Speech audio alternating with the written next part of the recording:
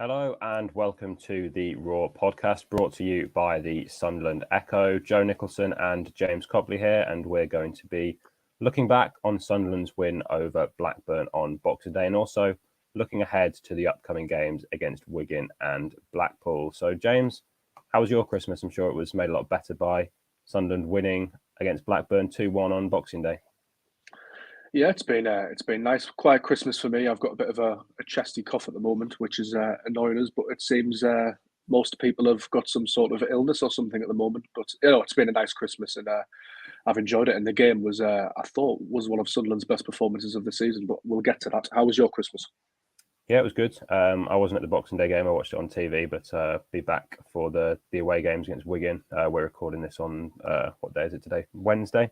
Wednesday. Yeah, you lose track on Christmas, don't you? Yeah, we're kind of in some weird time where no one knows what day it is, and then Sunderland away at Blackpool as well on New Year's Day. So get back into a bit more of a routine. But the game's coming thick and fast. But we'll look back on that Boxing Day game. Then felt like a really significant win for Sunderland. Ellis Sims coming off the bench and scoring in stoppage time to make it 2-1. Kind of what were your thoughts on the game? I know you said you felt it was one of Sunderland's best performances, but just how good was it against the Blackburn side that they are third in the table, but it's quite difficult to know exactly how good they are because they've been quite inconsistent this season. Yeah, well, they haven't drawn a game yet, have they? Which is a bit, which is a bit mad. And I was having a little read up on their XG stats. Obviously, XG is a bit of a polarizing metric, but they tend to outperform their XG, which suggests that they're sort of winning games with bits of individual brilliance, and the likes of Diaz and Gallagher sort of not bailing them out because I think they are a compact side, but they've got a few outstanding attackers, and Bradley Dack obviously coming back into the side as well. He looked good, but I thought well, initially when Sunderland conceded, I thought it was lazy defending in real time, but having watched it back, it's actually really, really unlucky, isn't it, Joe? It's just a sort of complete free goal. It's a decent ball in. Sunderland should deal with it.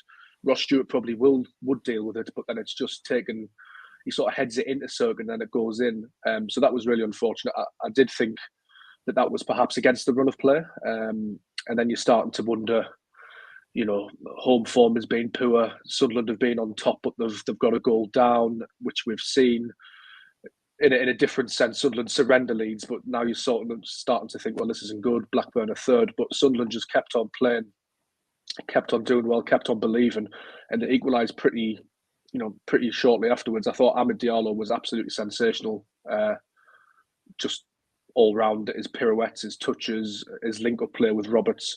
I was saying this to Phil after the game, but when Mowbray started talking about Roberts and Diallo, I was thinking it sounds nice on paper, but I'm not sure how well it would work in reality. Obviously, having two creative players so close to each other, two players that you'd like to dominate the ball, like to get on the ball, having two ball players in such close proximity, sometimes it doesn't work, but my word, it worked against Blackburn, and I thought Lyndon Gooch overlapping from right back was a big part of that as well. Dennis Serkin on the left. And Sunderland were worthy winners in the end. And I think that forward line of Blackburn's as well. You've got Berrett and Diaz coming off the left. Bradley Dack, who's a decent player. Ryan Hedges, who's pretty industrious. And Sam Gallagher, who is another decent championship striker. That sort of front four is a decent front four, top-end front four in this division. And they didn't really call Sunderland too many problems. I thought, Ballard and 09, which is a partnership at centre-back, which is in its infancy, handled it really, really well. And, Ballard coming back from injury, he looks a good player. It doesn't seem to have affected him too much. He just looks like a colossus at this level. And then you've got, Luke 09 running the ball out from the back, and his technical ability starting to shine through. He was absolutely superb. In fact, 09 was my man of the match.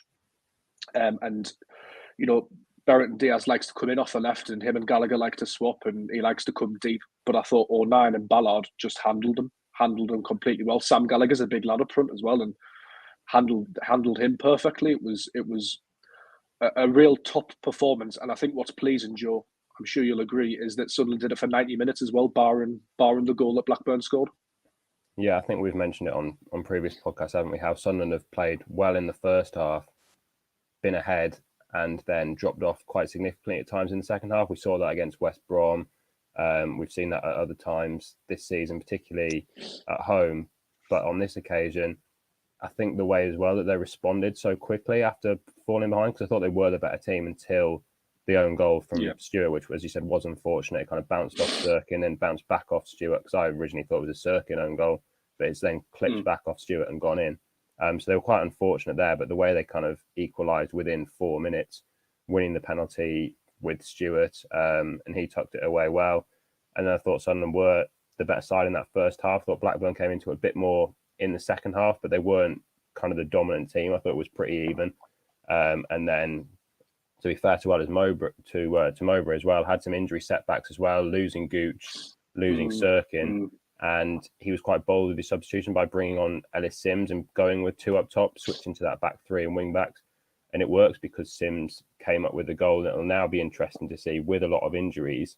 We think that we'll hear from Tony Mowbray later today. So I'm going to be speaking to the media at 1, but it looks like Gooch, Sirkin, Elise, Danny Bart are all big doubts for the 2 games against Wigan and Blackpool. Alex Pritchard as well, and obviously Embleton is out with a long-term injury. So at fullback, he's quite short there. I guess that Try Hume will probably come in. I thought he did well when he came on against Blackburn. So would he switch to a wing-back system, which would allow him to get Sims and Stewart in the team? Or does he stick with the back 4, stick with that Robertson and Ahmad? What would you do? It's an interesting kind of dilemma that he's got there. I hadn't actually thought of that, to be honest, Joe, coming into this, and that is a very, very good question. Just to go back a couple of yards, though, I thought, as you rightly mentioned, Tony Mowbray's substitutions were absolutely spot on. The change of shape was spot on. He has been criticised, and probably rightly so, recently for substitutions that haven't worked. These substitutions hinge on results at the end of the day, and if one of them works, he looks like a genius. If it doesn't work, then it looks horrendous. It's just one of those things. But going to 5 at the back, Big and Bailey right on his experience, his cool head, going to a back 3. I thought Trey Hume as well when he came on at left back. He's pretty inexperienced in general. Never mind the championship. And he was excellent. He was he had that shot as well in from the left hand side when Dan Neil went on a little mazy run. I thought Dan Neil was very good as well. Corey Evans as well, invaluable.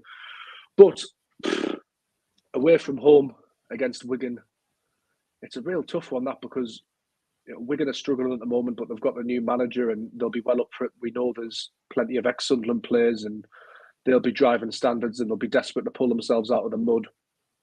And weird things can happen at Christmas, over the Christmas period, with games so thick and fast. Wigan can beat Sunderland. There's no doubt about that. Should they at the moment? I'm not sure. The way we're playing, it is really tough. That question of 4 at the back or 5 at the back now, with Diallo and Roberts having played so well. I think the option Are you tempted to move 09 to left back and Trey Hume to right back? Well, that's a possibility. I think Hume will come in if those players that I mentioned before are definitely out. Gooch, Elise, and Sirkin, if they're all out, and Danny Bart as well, I think Try Hume will definitely come in. And it's then whether you play Niall Huggins at left back, as at Birmingham before the break, or you could play 09 at fullback, as you said, and put Wright and Ballard in, or you go to wing backs and put Jack Clark as a wing back, as he did in the closing stages against Blackburn. So there are a few options. And then the big question is then up front, isn't it? With because if Sims comes in, one of Diallo or Roberts would probably have to make way. If Clark went to left back, it's really, really tough. And I thought it wasn't Clark's best game, and it wasn't his worst game, but I'm not sure he deserves to be dropped. Although over the festive period, players do understand that there's a lot of football to be played, and you have to mix things up. I think the interesting injury, or the one player that could make it, is Sirkin, because it just seemed like an impact injury. So it was his knee, to me, Gooch didn't look. I mean, he was holding his hamstring at the back. It didn't look great. So I doubt he's going to play. Sirkin maybe has an outside chance, but we know this club at the moment, and I think it's the right call. They're not going to put players in who are sort of like 70% and risk injuring them further. They play the long game now. and the back the players that are at the club. So I think you're right. We may well see a Huggins there or 09 switched over to left back. But I would be reluctant to do that because I thought 09 was sublime. I thought he was absolutely outstanding in almost everything that he did. The way he read the game. I had my doubts whether he could be a championship centre back. I've said it before against Coventry. He should have been sent off at the start of the season. And you're wondering if he can make the step up. Similar with Gooch maybe as well at times this season. You're wondering if they can step up to the championship. And in fairness to both of them, but 09 especially, just got his head down. And I think when we analyse Luke 09, everyone's very quick to say, and I've done it myself in the past, his technical ability is not the best in the world, but he gets the most out of his attributes. Well, actually, I would say in the past 2 years, or even since he joined the club, 4 or 5 seasons ago now, his technical abilities improve, and it's practice makes perfect, and repetition. And he can pass the ball out from the back now, and he looks more confident, and he can bring it out from the back. For me, a massive credit to the coaching staff, to the football club, to the fans. Every fan wants a player like Luke 09 representing your club. He's been magnificent, and the whole 5 at the back, 4 at the back thing. I thought when Luke 09 first started playing centre back, he's much better in a 5. You sort of wonder whether he can play in a 4. Well, we've got the answer against Blackburn, and we have got it recently. He absolutely can play in a 4. Yeah, I think you mentioned his kind of ability on the ball as well. I think he kind of reads the game quite well. I think he's made I was looking at the stats the other day. He's made the 3rd most interceptions in the championship. So he's quite good at kind of reading the game, getting in front of an opposition attacker and nicking the ball, but also on the ball.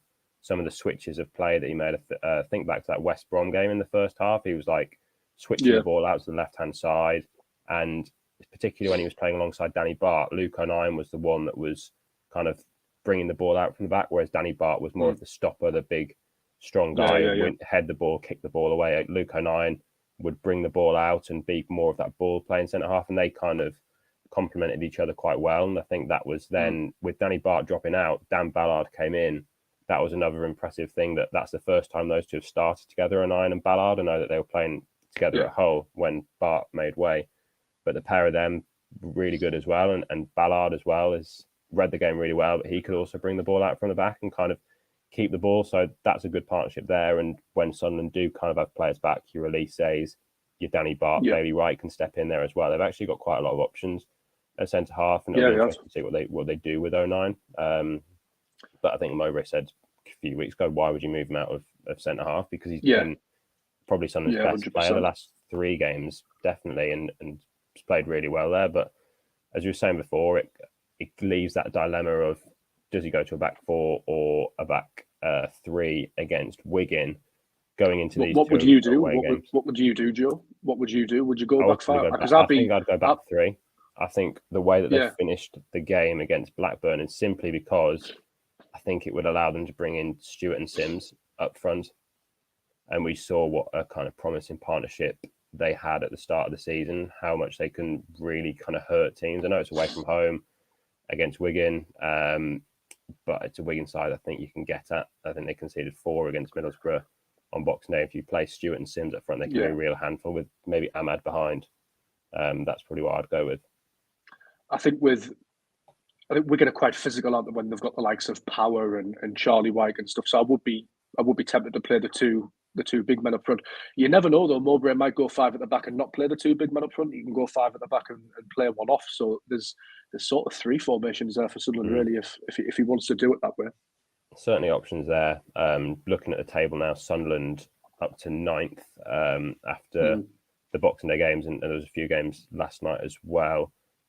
Only 1 point off the playoffs, but it's so tight at the minute. You look at the table, there are 3 points between Norwich in 5th and Swansea in 16th. So it can all change in a couple of games. Sunderland now playing Wigan, who are 23rd, and Blackpool, who are 22nd. So what would your kind of expectations be going into these games? Because a lot of people will be thinking, well, 2 teams down the bottom in the relegation zone should be 6 points. But as we've seen before, it's never quite that simple, is it? No, it's not, especially not over Christmas. It's always a bit mad and unexpected things happen. I think Wigan have conceded the 2nd most in the league on 38, behind Hull on 41. And I think they are possibly the third lowest scorers in the league. Huddersfield and Cardiff City have only scored less than them, from what I can see.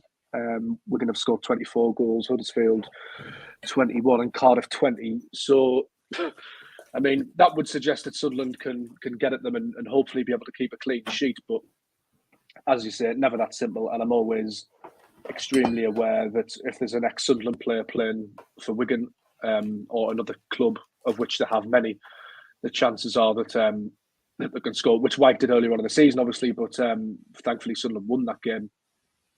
So it would be really, really. It's weird, isn't it? Because we've beaten Blackburn, who were third or second or whatever they were coming into the game, and everything's all right with the world again. But on Thursday evening, everything could go completely wrong with the world again in the world of Sunderland. It's that sort of Boxing Day congested, tight fixture list where you're sort of lurching between games. You know, if we've got a point, magnificent, but we shouldn't go to Wigan in fear them, and we can certainly win. But I'm always wary that games come thick and fast in this division. We've got a few injuries. Yes, we're playing well, but there's not many very easy games in the Championship. You know, especially Wigan, we've seen what they can do. We saw them last season; they were a good side. I thought they were well managed under Liam Richardson. I do wonder if getting rid of him might prove to be a mistake. Jury's obviously out on Kolo Toure until he's had a bit of time. So I'm sort of caught in between the confidence of having played well against Blackburn and sort of the scepticism of being a Sunderland fan and having covered Sunderland for a long time and sort of knowing how these things tend to work sometimes. Yeah, Kolo Toure came in at the end of November at Wigan. He's had 3 games in charge so far, a 1-1 draw at Millwall, and then defeats against Sheffield United 2-1 at home, and then 4-1 away at Middlesbrough on Boxing Day. So they are struggling. They have they were in a poor run of form, which is why Richardson got the sack. But it'll be interesting to see kind of how Mowbray approaches these 2 games, how much he rotates the side as well, because I think you've got kind of, particularly in midfield maybe, because you've got Corey Evans and Dan Neil have been playing quite consistently and have formed a good partnership. But can they play? Obviously, they played on Boxing Day. Can they then play at Wigan, and then can they play again at Blackpool, or is he going to mix it up and try and rotate the squad? I think particularly in midfield is kind of the area where, you know, those 2 have played quite consistently, quite regularly. Could he bring an Abdullah Bar in? Could he bring in a Jay Matete? But it seems like Neil and Evans have been kind of the main kind of partnership in midfield. Yeah. So it'll be interesting to see what he does there. Do you think he could rotate it, or do you think he'd just go with it? I mean, that is another interesting question, isn't it? Because the game that springs to mind is Cardiff at home, where Sunderland probably expected to win that. Similar circumstances to Wigan, 2 teams struggling, Sunderland playing the better football. Cardiff haven't set the world alight, neither of Wigan. He goes into that, he makes changes, and you know, Sunderland turn in a pretty turgid performance. Cardiff weren't that much better, to be honest, but they just ground it out. Teams can do that in the Championship. However, I think Bar and Matete are capable at this level, and I think they'll go on to prove themselves. But it's that question of experience again, isn't it? We've talked about it loads and loads of times, but when you take Corey Evans out of that team, and Dan Neil now, who's progressing really, really well, and starting to put 90 minutes together more often, he does tend to drop off sometimes, Dan Neil, in the last 20, last 10, but I feel like he's starting to sort of elongate his performances. But you're right, when Evans comes out of the side, it's tough to see where that experience, that know-how, because I mean this as a compliment. Evans doesn't move fast, and he doesn't cover like a great deal of ground, but he's always in the right place, and he's always winning second balls, and he's always getting his foot on the ball, and he's always, 90% of the time he's playing the right pass. So you take him out of it with the inexperience of Bar and Matete, who are exciting players and who might give you something different. But I think it just depends on the type of game, and if Wigan turn up to frustrate Sunderland, which they're probably going to, and grind out a result which Cardiff wanted to do and did, I'm not sure if it's the game for Bar and Matete. Certainly not both of them, but I guess that's what Tony Mowbray has paid the big bucks for. Well, the other player that I've kind of forgotten about is Edouard Michou as well, who was back on the bench on Boxing Day. He was actually set to start away at Huddersfield before he picked up that muscle injury. So perhaps he could come in, perhaps he could play a part over these next 2 games against either Wigan or Blackpool. That he's definitely another option there. And we haven't seen the best of him, have we? Let's be honest. No, I don't think he's started. He's had a bit of a. No, I don't think he has. He's had a tough sort of start, hasn't he? Because he was brought in under Alex Neil. Alex Neil goes like 3 days later or something, and then he had the injury, and he comes in with like. It was the exciting signing of January, really, wasn't it? Because did it go to deadline day? I think it did. You've got Fabrizio Romano tweeting about him. He's coming in from PSG. There's pictures of him with Sergio Ramos and Lionel Messi and Kylian Mbappe and, you know, Verratti and all of those players at PSG. He's working under Pochettino and whatnot. So he comes in and everyone's sort of expecting the kid to make an instant impact. It hasn't happened. He's had the injuries. He got sent off against Middlesbrough in an under-23 game. And then he appeared off the bench and then hasn't really been seen. He's had an injury again. But I think what Tony Mowbray always says about him is that he's like knocking down the door, wanting to get into the side. Obviously, Mowbray thinks that he needs a bit longer to acclimatise. And that is a really interesting case, actually, because we've got him for a year or for 6 months now, until the summer, with the option to buy. I'm not sure what that hinges on or whether it will be triggered by a certain amount of appearances. I don't know. But they're playing this long game with Mishu. You wonder, like, are they fully intending to sign him? Because he hasn't been rushed into the squad. But then you start to wonder, like, well, why have you signed him anyway? If you're not going to play him, so I wonder if they're looking at him in terms of his long-term progress. But he's got great pedigree, and again, you just wonder, is Wigan away really the right game for him to come in and start? There's only one way to find out, I suppose, and Tony Mowbray will have to be the judge of that. And I suppose if you're good enough, you're old enough, and he'll acclimatise and hopefully progress as the game goes on. But it's such a tough fixture. I think he would. He's all. I don't know. He might have even been better suited in Dan Neil's role against Blackburn if he was going to come in, because I know it's with hindsight because Blackburn play a different way, but Wigan, I just sense they're going to be fairly tough to beat and fairly physical.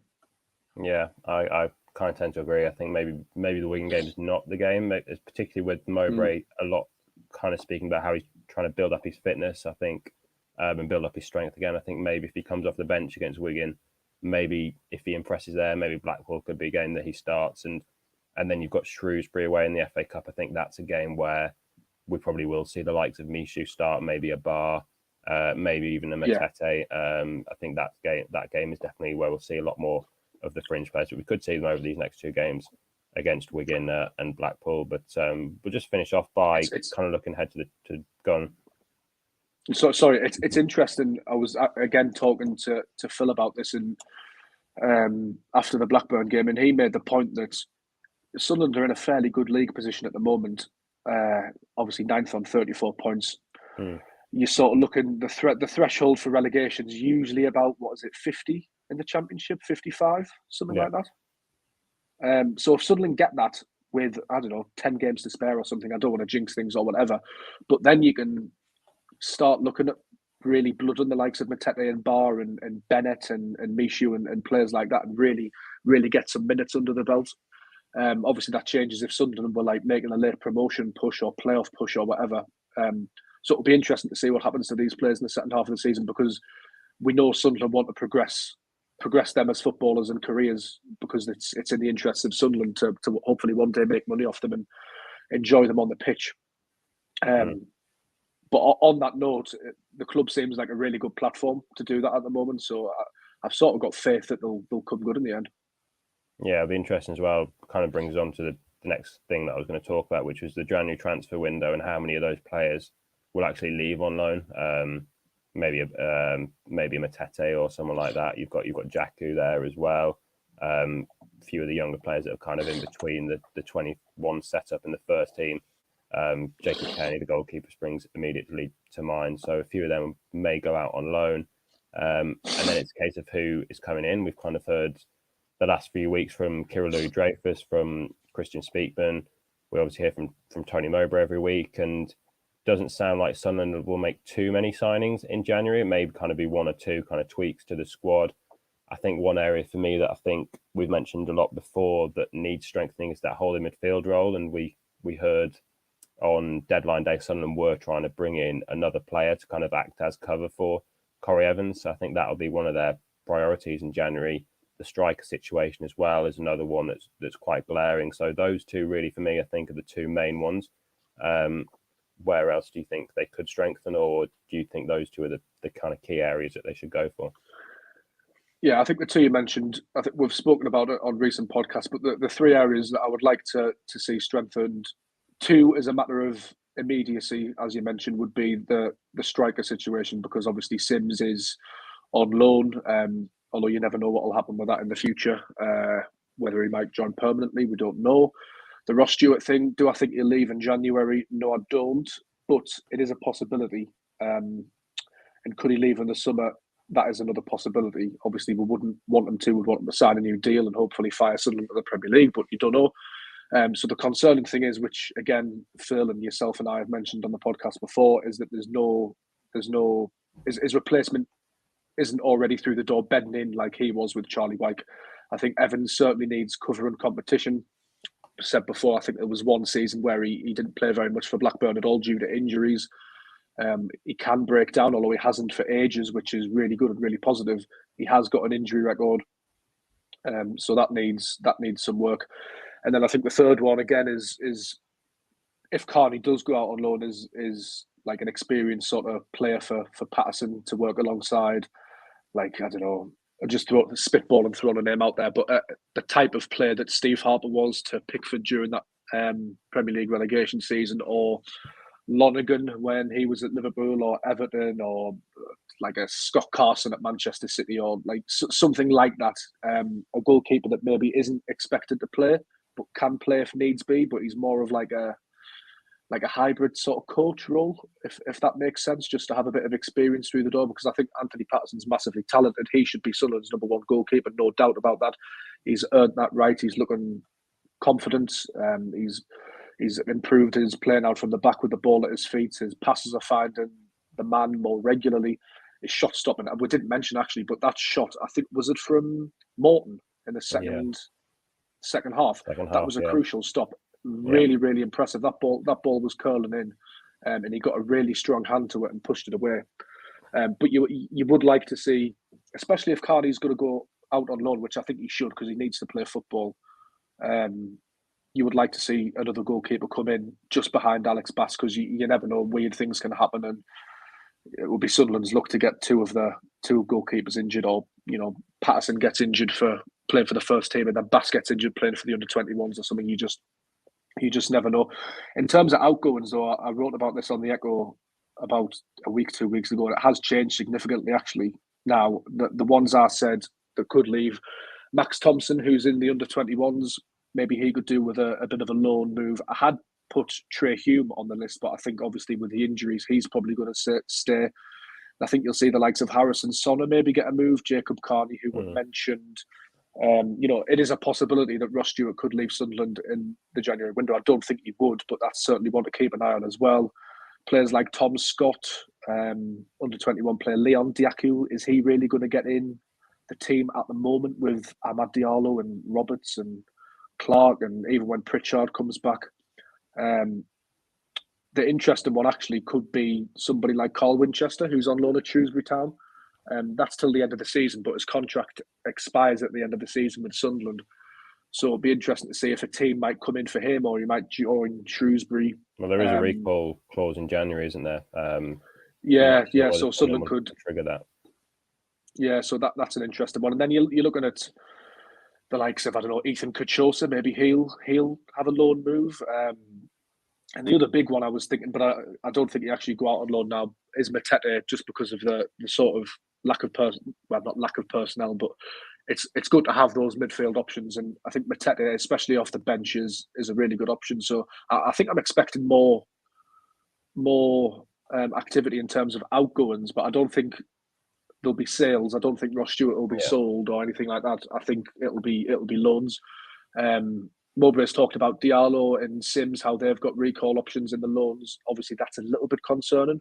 However, they're both doing so well that it doesn't make sense to recall them from Manchester United or Everton's point of view. Diallo is playing brilliantly, but would he get straight back into the Manchester United team? I don't think so. Unless he sort of really, really, really sets the world alight in the next 3 weeks. I can't see him going back to Manchester United. And the same with Sims at Everton. But you just don't know because, again, stranger things have happened and it would be Sunderland's luck. Mm-hmm.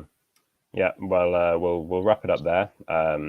Obviously, we'll have more build-up to the game against Wigan on Thursday over on the SAFC section of the Sunderland Echo website. We are recording this on Wednesday. Tony Mowbray speaking to the media this afternoon, so you can find his thoughts over on the Echo website. I'm sure there'll be an injury update as well. As we mentioned, a lot of players' doubts for that game, and then we'll have live coverage from the game at the DW Stadium. You can follow our live blog, and we'll have then some post-match reaction and analysis over the next few days, building up to New Year's Day and the game away at Blackpool. So you can check out all of that over on the Echo website. Once again, thanks a lot for listening to the Raw podcast.